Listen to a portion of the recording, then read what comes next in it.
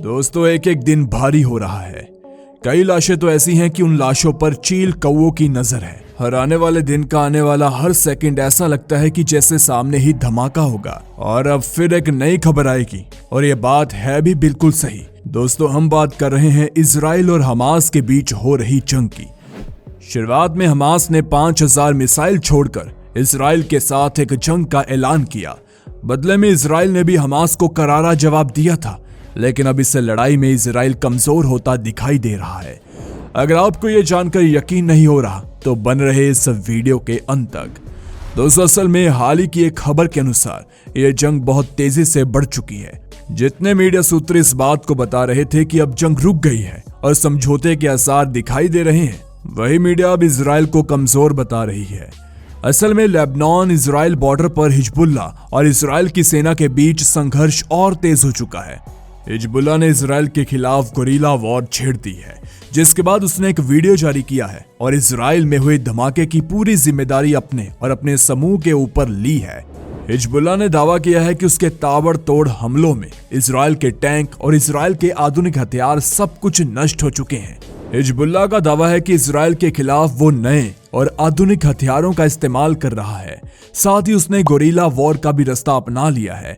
Israel ने दावा किया है कि हिजबुल्ला ने उस पर एंटी टैंक मिसाइलें दांगी और ग्रेनेड रॉकेट से इजराइल सेना पर बेहद करीब से हमला किया गया, जिसका एक वीडियो भी सामने आया। वीडियो में दिख रहा है कि हिजबुल्ला इजराइल के टैंकों को कुछ दूरी से एंटी टैंक मिसाइल से और रॉकेट से निशाना बना रहा है।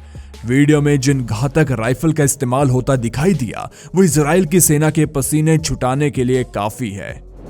वीडियो में हमले का तरीका यह साबित करने के लिए काफी है कि इजराइल की सेना जिस संगठन को कमजोर समझ रही थी, वो एक बेहद ही क्रूर और आधुनिक लड़ाकू विमानों से लैस है। इजराइल को भी अब समझ जाना चाहिए कि उन्हें बड़े लड़ाकों से जंग लड़नी है, वो भी उस समय जब हिजबुल्ला की तरफ से इजराइल की सेना पर ताबड़तोड़ हमले किए जा रहे हैं।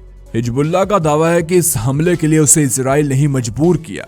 हिजबुल्ला के मुताबिक इजराइल ने उसकी सीमा में घुसकर हमले किए, जिसमें लेबनान के कई लोगों की जान चली गई। हिजबुल्ला का आरोप है कि इजराइल की सेना ने लेबनान के बेकसूर लोगों को निशाना बनाया और आधी रात में वहां जोरदार रॉकेट दागे।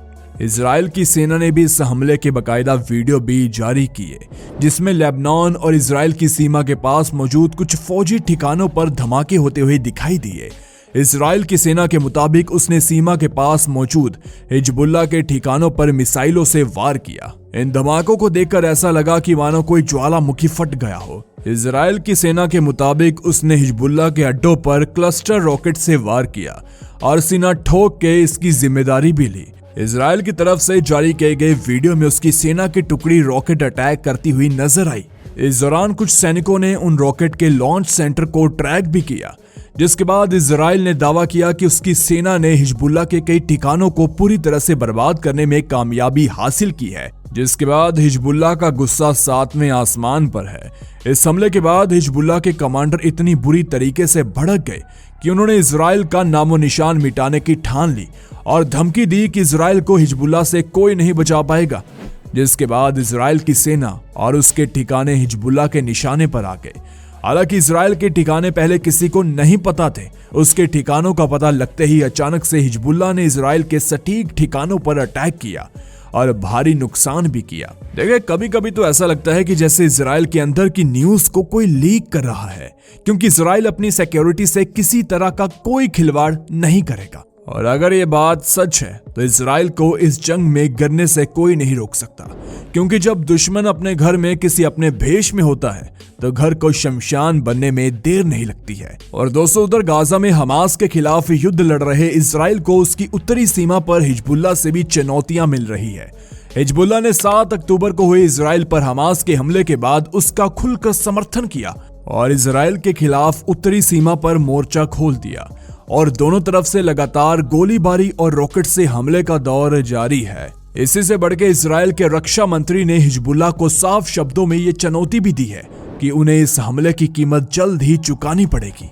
इजराइल के रक्षा मंत्री ने हिजबुल्ला के नेता नसरअल्लाह को धमकी देते हुए यहां तक कह दिया कि वो लेबनान की राजधानी बेरूत को गाजा में तब्दील कर देंगे और इस धमकी के बाद हिजबुल्लाह बौखला गया और उसने इजराइल की सेना और उसके ठिकानों को अपने निशाने पर लेना शुरू कर दिया और चेतावनी दी कि ये हमले इजराइल के लिए ताबूत में आखिरी कील साबित होंगे। मतलब हिजबुल्लाह ने एक बार फिर इजराइल को सीधी चुनौती दी। हिजबुल्लाह ने साफ साफ शब्दों में ऐलान किया कि लेबनान में हुए हमले का बदला वो जरूर लेगा। साथ ही ये चेतावनी दी कि हिजबुल्लाह की तरफ से किए गए हमले लेबनान में किए गए हमलों से ज्यादा घातक होंगे। अब हिजबुल्लाह ने इजराइल के खिलाफ गोरिल्ला वॉर छेड़ दी है और हमास के स्टाइल में इजराइल की सेना पर सामने से निशाना लगाना शुरू कर दिया है। इसका मतलब साफ है कि उसने इजराइल के खिलाफ भीषण हमले की बरसात शुरू कर दी है, जिससे नेतन्याहू की नींद हराम हो जाए। इस दौरान हिजबुल्लाह ने इजराइल को धमकाते हुए ये भी कहा कि इजराइल उसके लड़ाकों की असली ताकत से वाकिफ नहीं है। मतलब उसने साफ कर दिया कि लेबनान बॉर्डर पर तनाव कम नहीं होने वाला, क्योंकि हिजबुल्लाह की चेतावनी के मुताबिक अब वो इजराइल पर एक के बाद एक बड़े हमले करने का मन बना चुका है।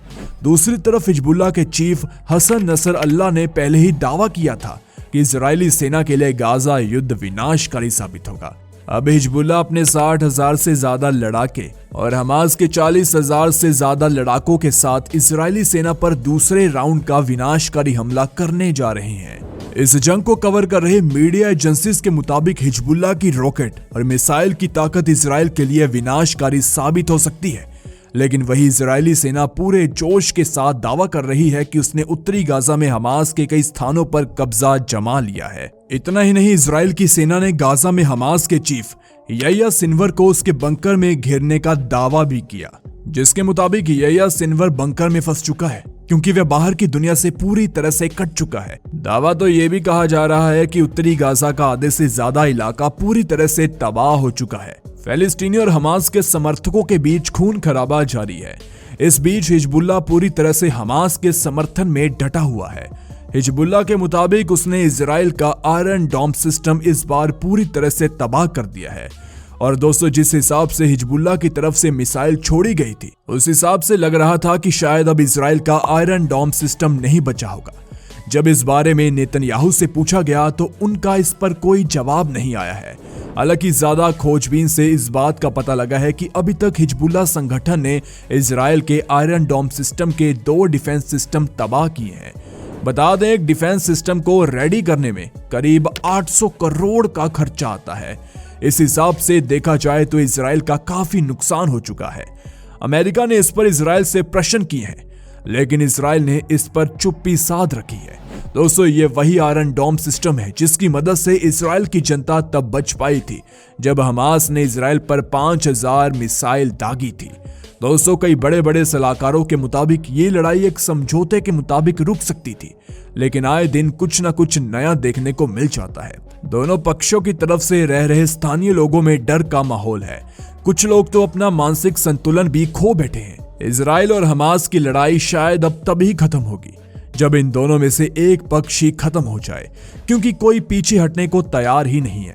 इस बार हिजबुल्लाह के हमले ने शायद इजराइल की गलत फहमियों को दूर कर दिया होगा, लेकिन अभी भी इजराइल अपने किसी बड़े मिशन के लिए तैयार बैठा है, क्योंकि वो किसी प्रेस कॉन्फ्रेंस का कोई जवाब नहीं दे रहा है और ना ही मीडिया की बातों का कोई जवाब दे रहा है।